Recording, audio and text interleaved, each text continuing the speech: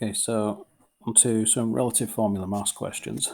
Question one's asking us to essentially join the dots between a series of substances and their relative formula masses.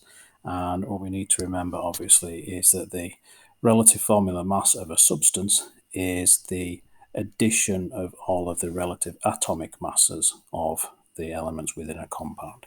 So if we look to the first one, we have a fluorine molecule here, and we know from the periodic table that fluorine has an atomic mass of 19, and so if we have two lots of fluorine in a fluorine molecule, then the relative formula mass of fluorine F2 will be 2 times 19, and 2 times 19 gives us a relative formula mass of 38. Moving to the second one, again using the periodic table, we know carbon is 12 and hydrogen is 1. The formula of C2H6 is telling us that we've got two lots of carbon, so we have to take our 12 and multiply that by 2. That's going to give us 24.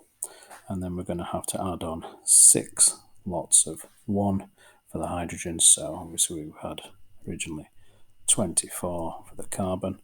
We're going to add on 6 for the hydrogens, and that's going to give us a mass after that of 30.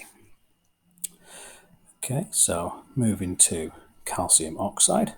In the same way now, calcium has a mass of 40, oxygen has a mass of 16. There's one calcium and one oxygen in calcium oxide, so that's relatively simple this time. We just have 140 and 116 to add together. That's going to give us a mass of 56.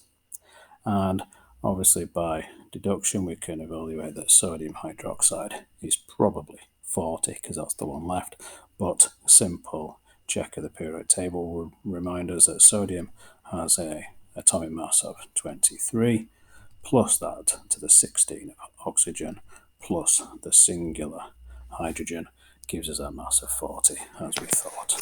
So moving into question 2 then, this is now looking at the molecular formula MgO, and the question is asking us to look at the percentage, this time essentially a percentage composition, and it's asking us to look at the percentage of magnesium within a compound. So if we quickly work out the relative formula mass of magnesium oxide, we can evaluate that we've got one magnesium at 24 and one oxygen at 16.